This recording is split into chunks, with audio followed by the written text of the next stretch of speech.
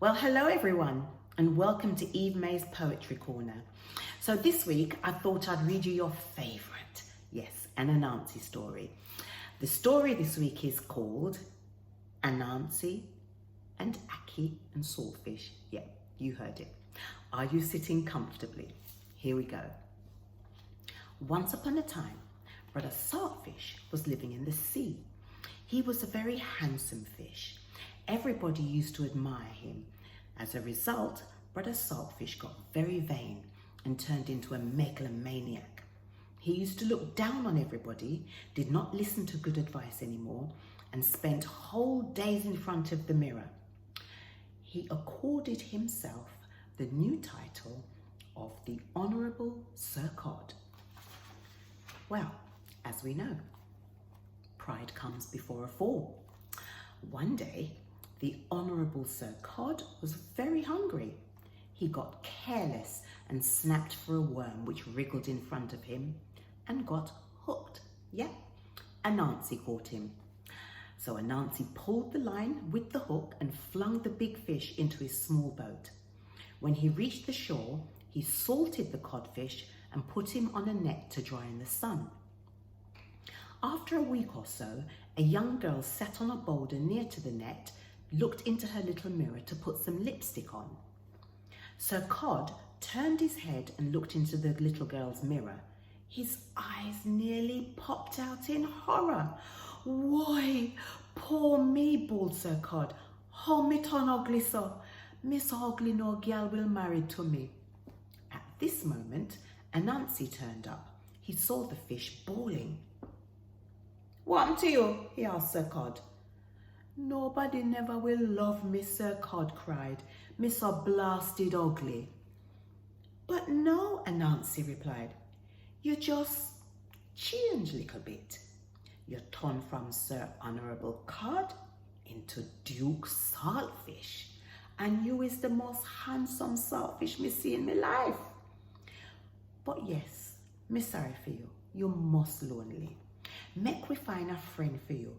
Because you know, say, even me no like so saltfish." Brother Saltfish stopped bawling. "Yes, find me a good friend," he shouted. The next morning, Anancy introduced Sister Avocado Pear to Saltfish. Send her off, cried Saltfish. "Oh, you think say me I like her? She's ugly." "Sister Avocado Pear ugly? You mad? She a pretty gal." "Pretty," Saltfish cried. "She ugly. Just look. She have purple skin full of what?" "Him not have no manners," Anancy told Sister Avocado Pear.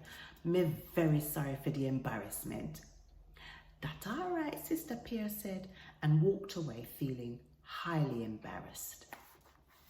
In the afternoon, Anancy introduced Brother Cucumber to Saltfish. "See," he cried, "me find a good friend for you." "Friend?" Saltfish said scornfully. "Him ugly. Just look at his skin green. And how he's a maga." "No, Anancy, me not like him at all." Before sunset, Anancy carried Sister Papaya along and introduced her to Saltfish. "No," Saltfish shouted and turned up his nose. "Not introduce me to her. She look wicked and wild." "There is no excuse for him behaviour," Anancy said to Sister Papaya. "Me very sorry." "No bother, Brother Anancy," Sister Papaya replied and walked off. The whole evening and half the night, Brother Anancy racked his brain, trying to think of who he could introduce to Saltfish. The moment before he fell asleep, he got an idea. The next morning, he walked to the bush to find Sister Ackee. He found her with all her sisters sitting in a tree. "Yo," Anancy cried. "Howdy, Sister Ackee? Everything all right?" "Yeah, man," Sister Ackee replied. "Me understand you got a new boyfriend. It's true?" "I joke, you a joke," Ackee replied. "No, man. Me Me not want no so boyfriend. Me I look for a good husband. A husband, Anancy replied. Sister, me find one for you. A nice fella. Sometime him a little strange, but otherwise him absolutely alright. Hardworking, delicious, tough and sweet at the same time. That sounds good, Sister Ackee said. Please, Anancy, do introduce me to him. All right, Anancy answered. Follow me.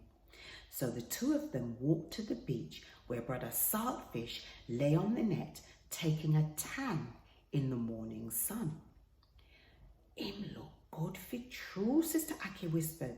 But Anancy, him smell funny, man. No worry, Sister Ackee, Anancy said. You know, sister, him just wake. He no bathe yet. Make me soak him in a water for a while, and me sure say Ono is going to be best friend. No, not just friend. Ono have him married. You and him must be husband and wife. All right? Ask him no, Sister Ackee replied. Me's a little bit shy. Well, Anancy ran to the next church, found a parson, and in the evening there was a big wedding which took place on the beach. From that day till this, Ackee and Saltfish are married. Is Anancy make it? Jack Mandora, me no choose none. Hope you enjoyed that. See you next week. Toodaloo!